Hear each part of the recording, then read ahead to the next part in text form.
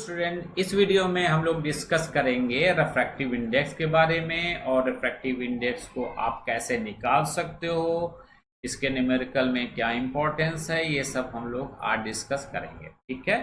Refractive index को आप कैसे निकाल सकते हो, ये हम आज डिस्कस करेंगे।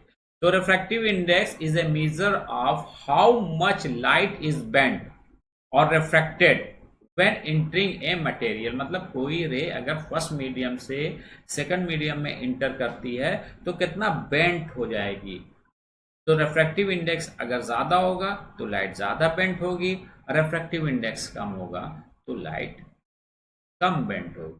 ठीक है।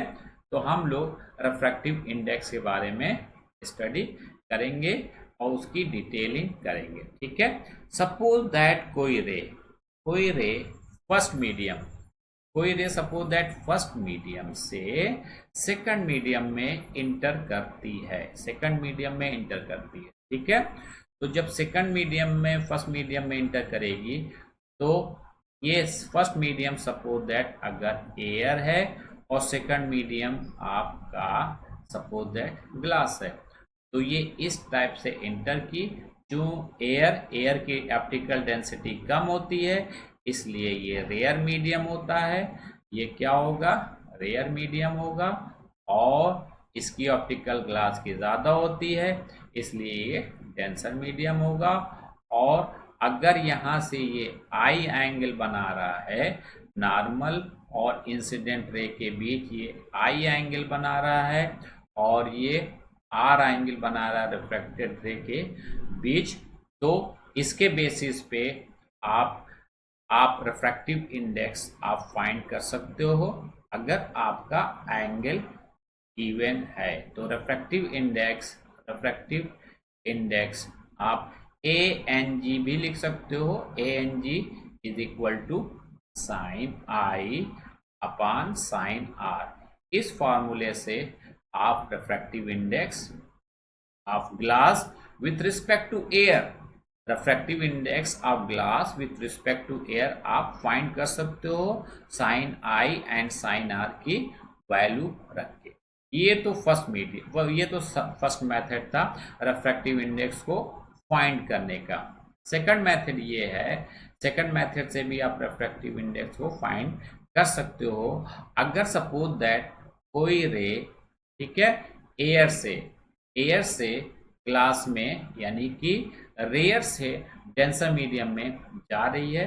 देखिए कोई रे एयर से ग्लास में भी जा सकती है और ग्लास से एयर में भी जा सकती है।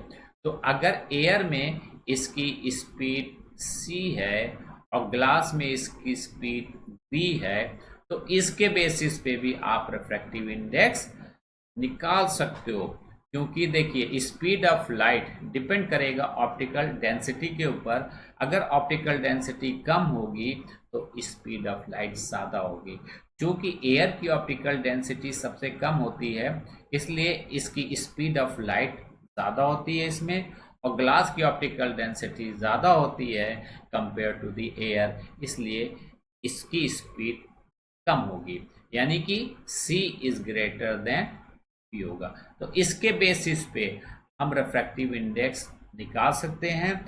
Refractive index ANG is equal to c upon v। इसके बेसिस पे भी हम रिफ्रैक्टिव इंडेक्स निकाल सकते हैं वेलोसिटी के बेसिस पे। तो एक तो ये मेथड है आपका रिफ्रैक्टिव इंडेक्स निकालने का, और दूसरा आपका ये मेथड है रिफ्रैक्टिव इंडेक्स निकालने का। तो एक और मेथड है रिफ्रैक्टिव इंडेक्स वेवलेंथ के सेंस में। अगर सपोज दैट मान लीजिए ये थर्ड केस है, थर्ड केस में हम रिफ्रैक्टिव इंडेक्स ANG यानी refractive index of glass with respect to air को हम ऐसे भी फाइंड आउट कर सकते हैं λ1 अपॉन λ2।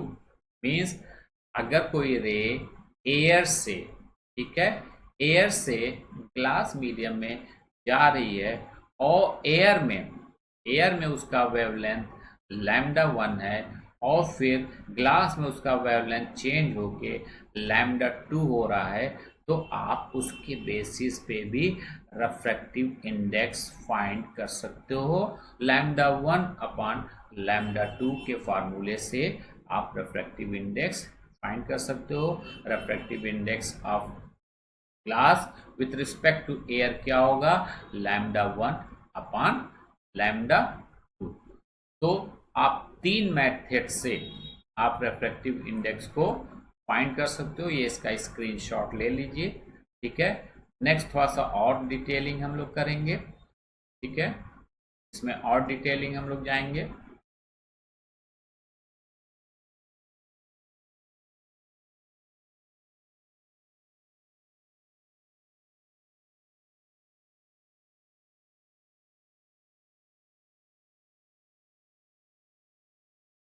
तो हम लोग ने देखा कि रिफ्रैक्टिव इंडेक्स हम लोग 3 मेथड से निकाल सकते हैं। एक तो रिफ्रैक्टिव इंडेक्स साइन आई अपान साइन आर होता है। दूसरा रिफ्रैक्टिव इंडेक्स आप वेलोसिटी के बेसिस पे निकाल सकते हो या स्पीड के बेसिस पे। रिफ्रैक्टिव इंडेक्स होता है सी अपान वी, रिफ्रैक्टिव इंडेक्स होता है सी अपान वी एक होता है। एक रिफ्रैक्टिव इंडेक्स आप निकाल सकते हो साइन आई अपान साइन आर के बेसिस पे, और दूसरा रिफ्रैक्टिव इंडेक्स आप निकाल सकते हो लैम्डा 1 अपान लैम्डा 2 के बेसिस पे। तो ये 3 मेथड है। 3 मेथड से आप किसी भी मीडियम का रिफ्रैक्टिव इंडेक्स आप फाइंड कर सकते हो, ठीक है। ये था। अब देखिए, अगर सपोज दैट मान लीजिए कोई लाइट एयर से ग्लास में जा रही है, मान लीजिए एयर टू ग्लास में जा रही है, तो क्या होगा, ये आप फिगर बना लीजिए। यहाँ से ये गई और यहाँ चली आई, ठीक है। फिर अगर सपोज दैट आप यहाँ पे मिरर रख लो, ठीक है। आपने यहाँ पे मिरर रख लिया, ठीक है। एक फार्मूला हम लोग प्रूफ करने जा रहे हैं। यहाँ पे आपने मिरर रख लिया, और जब ये तो आप इंसिडेंट रे है और ये आपका रिफ्रैक्टेड रे है, रिफ्रैक्टेड रे।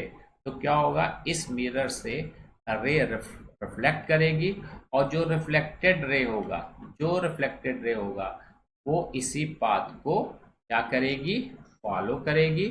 और ये एंगल अगर सपोज दैट आई है, तो ये एंगल आपका आर होगा, ठीक है। तो रिफ्रैक्टेड रे के केस में तो रिफ्रैक्टेड रे कहाँ से जा रही है, एयर से ग्लास जा रही है, तो आप ए एन जी लिखोगे।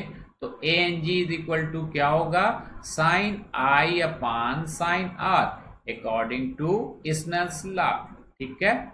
और मिरर रखने के बाद, यहाँ पे आपने मिरर रखा, मिरर रखने के बाद रिफ्रैक्टेड रे कहाँ जाएगी, ग्लास से एयर जा रही है, ठीक है।